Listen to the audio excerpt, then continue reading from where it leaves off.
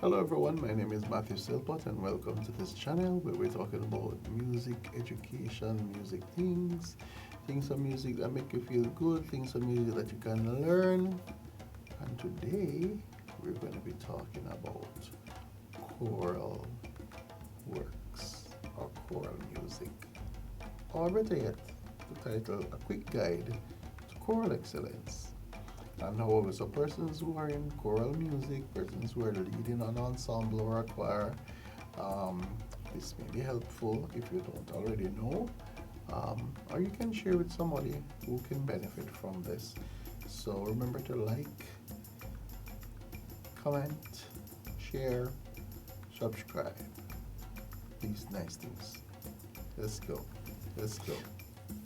So first, why do we sing? Why do we take on singing any at all? You may say we sing because it's a great way of expressing our emotions. We sing also because it impacts others emotionally. So it makes people feel happy, make people feel motivated, because persons to reflect on words and there are others to go. We also sing because it feels good. It feels good when I sing. You feel that you're on a space and you can connect with music in a way that creates this feeling good, about life, everything nice. So there are several factors that we consider while singing within a choir or within a vocal ensemble. The first thing is knowing where your voice belongs. Next, you need to know how to have correct posture during singing. We need to know how to breathe properly. We need to know how to express ourselves. We need to know how to project our voices. We need to know how to have good stage presence. And we need to know how to use the people and mic. We need to know how to use microphones for our aid. In knowing where your voice belongs, usually within any choir setup, there are usually four parts. So you have sopranos, altos, tenors, basses.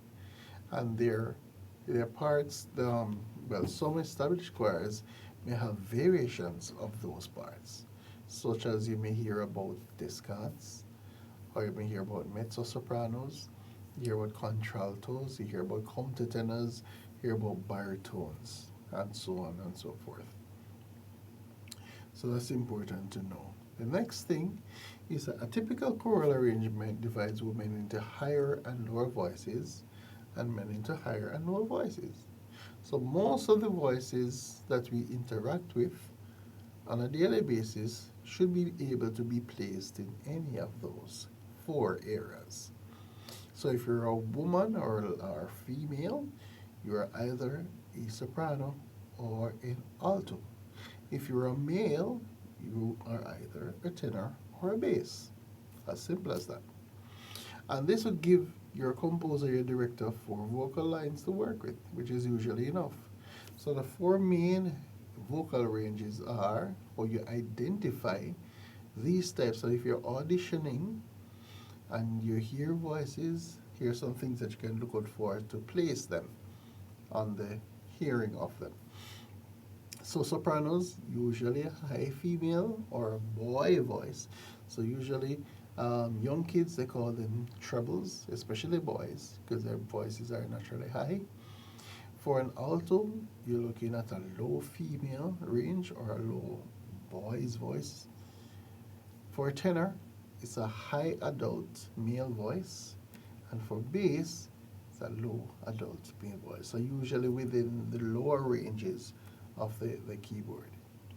Arrangements for these voices are labeled SATB, which is soprano, alto, tenor, bass, and the ranges of the four voices do overlap, but singers may find themselves straining or getting an unpleasant sound at the top or a weak sound at the bottom of their ranges. So although the full ranges of an alto and a soprano may look quite similar, the soprano gets a strong clear sound on the higher notes and the alto strong clear sound on the lower part of the range. But there are vocalists that their strong bass sounding range falls in distinctly different place from any of these four. And the names of these ranges, as mentioned some of them before, you have a coloratura soprano, where it's not really a different range from the soprano, but a coloratura soprano has a voice that is unusually high, light, and agile, even for a soprano. So you might find some of your females, their range is really high and light, airy. So those would be classified as coloratura sopranos. Mezzo soprano falls in between the soprano and the alto, and then you have a contralto that may um, be between, the alto is a little bit lower, or some people say closer closer to tenor parts. The countertenor is a male voice that is unusually high, light, and agile, even for a tenor. So, other words for countertenors, they say the boys' voices that don't change. It's like a Michael Jackson, a Donnie McClurkin, Prince, those types of voices that they're really high. Baritone, male voice that falls between tenor and bass, and then of course your bass, your basso profundo, that's the name of it, is the bass part that is really lower than what is written as the vocal range. So those are some things to look for within the choir. In terms of posture, having a good posture is a start to great singing.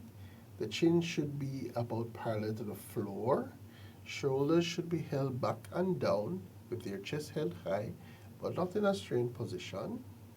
Your abdomen should be flat and firm, held in an expandable position. Hands should be relaxed and still at the sides. Our knees should be flexibly loose and never locked.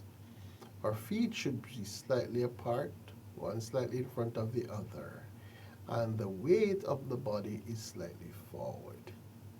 So all of these things are into good posture. So chin parallel, shoulders held back and down, chest high, not in strained position. Abdomen should be flat and firm because of our breath support. Hands should be relaxed and loose. Knees should be flexibly loose so you can move if there are movements involved. Feet should be slightly apart for your balance, and your weight of the body is slightly forward for your balance as well. So one picture like this, that's a standing posture. If there's a bad posture, there's some things to look out for to correct. Here are some hints. Stand up against the wall, or ask the students to stand against the wall. Place the heels or calves and buttocks and shoulders, and head touch the wall. So that is one way. Another thing to do is place one hand on the abdomen while breathing to ensure the abdomen is expanding and relaxed. So if you have that, you have them do this activity, which should help. Also, they can shift the weight of the body forward until almost standing on the tip of the toes, and you want to try to establish a feeling of buoyancy. And then we're talking about standing in a slouched position, then change to the correct position, noticing the difference between the two. So those are some tips that you can use within your choir space, some hints to help with posture.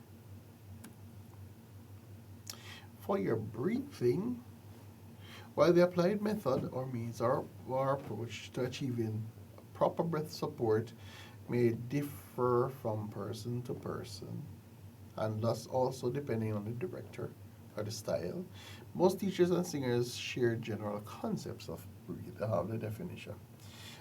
So support is a way of using other parts of the body, example your muscles, connected to the work of the lungs and larynx to produce the desired results. And all of this is to include better tone production, ability to sing extended phrases and sustain notes for longer. So for example, you're talking about a tall song or shape, of your mouth to hold sound. La instead of la. So you have that steady airflow. La. You can hold the notes longer. Have a taller tone. La la la la la la. They experiment with that through warm-up exercises as well. The successful connection between the musculature of the body, which we're talking about the abdomen and the back, and the larynx for sound and tone production, which is often referred to as support, right? Breath support or supporting the tone. So, abdomen and back, you know, treating posture, and the larynx, sound, tone production.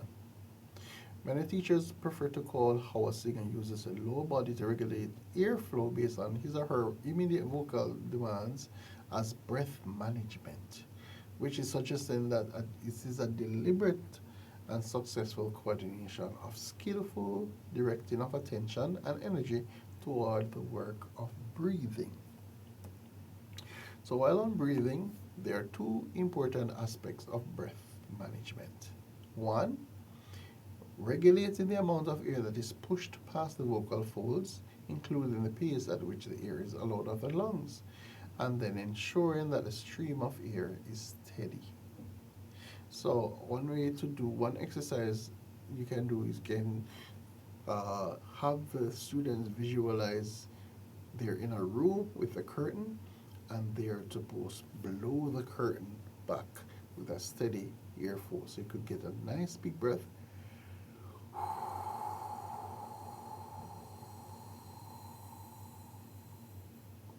and let it right out.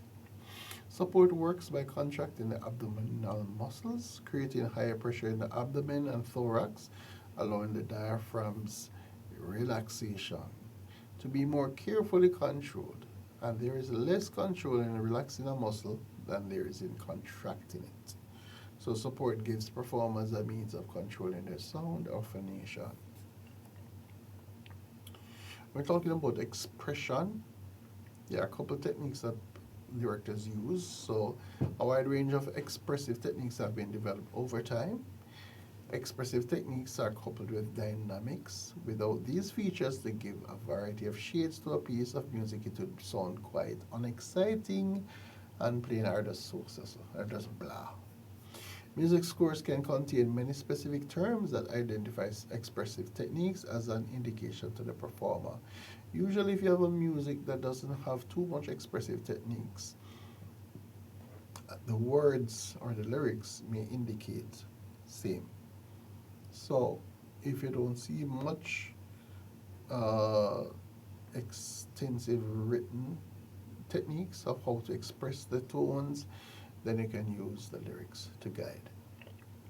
So we're looking at things like tempo indications, we're looking at stylistic indications, we're looking at articulation, we're looking at ornamentation, vocal techniques, electronic manipulation. All these things will inform how to express.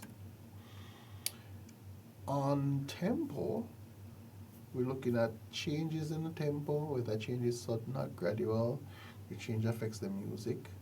And some terms that we use to describe tempo change can be gradually getting faster, gradually getting slower, immediately slowing down, immediately getting faster, return to the original. So those are some general terms that are used. You might have things like moderately, you have vivace, right, or lively.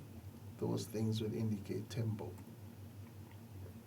Stylistic indications, as well as signaling the tempo for a piece of music, composers can use terms to indicate the style in which a piece is to be performed. So your stylistic indications to the performer will affect the style of music, given the musical genre, its particular qualities. It is one aspect of the many expressive elements that help shape the genre of the piece of music. Some terms that treat with stylistic features can be in either Italian, German, French, or English. Two Italian words that may be used to describe a section of a piece of music are legato, which means smoothly, and rubato, meaning free or freedom in the performer's own time with expression. And there are a lot of others. Some words that we use to describe music for expression, performance directions. Um, we have excited, passionate, sweetly, sad, energetic, expressively, graceful, tranquil or calm, smooth, lightly, majestic, marked, accented, with freedom, and we have all a lot of others, and of course these terms are in all these four languages that we discussed previous slide. So something these are some things to look for. These are some things to aid your the success of your choir. These are some things to aid the success of your choir when they're making their presentations. Pay attention to the music, have them to lock into the music to understand what it is being required of them to do. Um, of course, catering to posture, breathing, and proper assignment of parts, of vocal parts, will get us there. And that's it for now. Thank you all for joining. Thank you for sharing. I hope this is of worth to you. So we'll see you the next time.